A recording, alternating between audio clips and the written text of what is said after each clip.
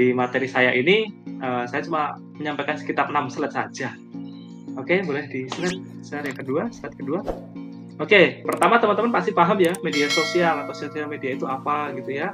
Mungkin saya yakin juga teman-teman di sini punya akun di Facebook, di IG, di Twitter, di TikTok dan lain sebagainya gitu ya. Itu adalah platform layanan online yang memungkinkan kita sebagai pengguna itu untuk berinteraksi, berbagi konten, berkomunikasi dengan orang lain melalui internet, dan juga memungkinkan kita untuk membuat profil pribadi, mengirimkan pesan, berbagi foto dan macam-macam gitu ya.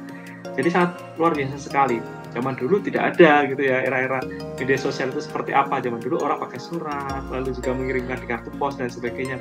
Tapi sekarang kita bisa buat konten, kita bisa membuat acara, kita bisa menciptakan branding diri kita secara lebih optimal dengan media sosial itu. Ada banyak kemungkinan, ada banyak peluang yang tercipta gara-gara keberadaan media sosial itu, teman-teman. Nah, tentu keberadaan itu juga membuat kita juga harus waspada juga, karena juga banyak tantangannya. Oke, next slide berikutnya. Nah, ini saya bilang zaman dulu gitu ya. Kalau kita lihat sekarang di era digital ini ada bermacam-macam generasi gitu ya. Ada generasi boomers, ada generasi Gen X, ada generasi milenial, ada generasi Gen Z gitu ya. Nah, mungkin saya termasuk juga generasi Gen X atau menuju ke arah milenial. Teman-teman di sini, misalnya Lauren itu adalah generasi Z gitu ya. Orang tua kita mungkin generasi boomers gitu ya, dimana mereka masih nyaman menggunakan telepon ya, bertanya dengan cara nada yang sopan, berkontak dengan surat, membaca koran gitu ya. Lalu mungkin generasi saya, generasi guru-guru kita mungkin ya, mereka sudah menggunakan email gitu ya, mengirimkan email melalui komputer gitu ya.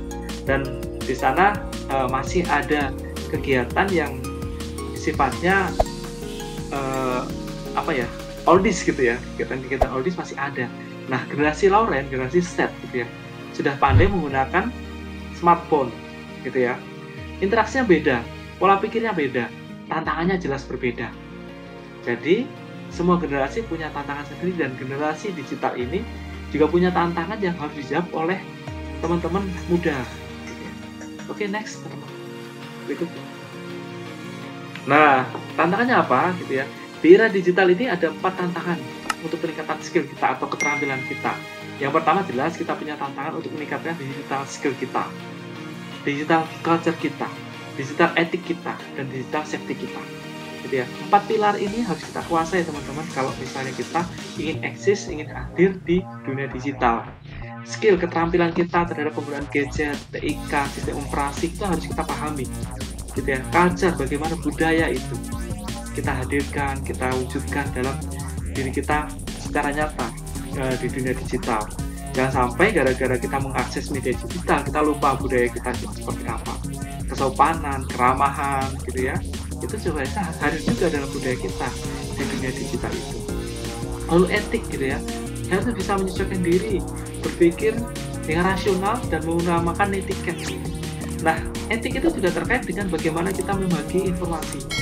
Artinya nanti terhubung juga dengan safety, karena informasi kita bagikan, foto yang kita posting, video dan sebagainya kita sebarkan di media sosial itu akan menjadi jejak digital kita. Nah, akhirnya apa? Ketika nanti teman-teman ingin berinteraksi atau ingin masuk dunia kerja, itu juga akan ditrace, diselidiki lagi, dan juga akan ketahuan bahwa teman-teman punya kecenderungan berpikir seperti apa, hobinya bagaimana, pola pikir, pola berperilaku dan sebagainya dari hasil dari postingan teman-teman itu bisa terbaca.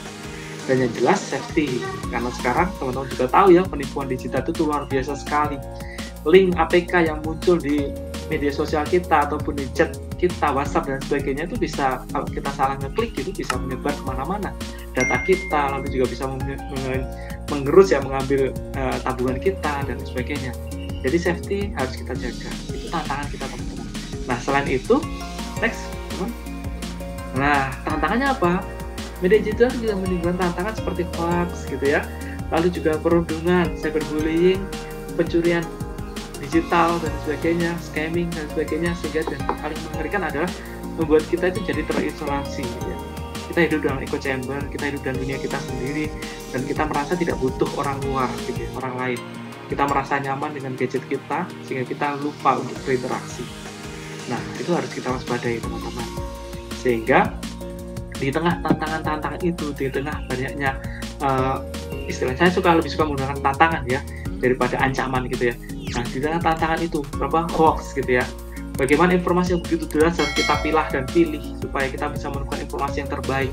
Bagaimana kita bisa melindungi diri kita dari pencurian data pribadi. Itu harus kita sebarkan, harus kita tingkatkan skill kita. Dan yang terutama adalah bagaimana kita bisa juga untuk membagikan ilmu-ilmu yang kita miliki untuk orang lain, terutama nanti generasi sebelum kita, gitu ya. Kalau saya mungkin sebagai generasi milenial, saya perlu membagikan ke generasi generasi Z, lalu juga generasi baby boomers dan sebagainya. Mereka cenderung belum memahami tentang dunia digital itu apa, karena mereka masuk ke generasi digital imigran. Sementara kita dan teman-teman seperti Lauren ini adalah generasi digital native. Sehingga apa selanjutnya yang harus kita lakukan di sini? Next. Nah, pertanyaannya di sini adalah, yuk, apa yang bisa kita lakukan sebagai anak muda? Ini pertanyaan untuk Lauren dan juga teman-teman. Misalnya teman-teman di Komindo ya, Komisariat Mavindo, dan juga teman-teman anak muda yang hadir dan menonton live YouTube ini. Apa yang bisa kita lakukan?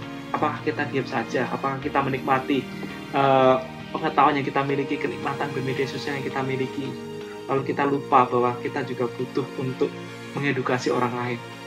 Ada banyak peluang teman-teman.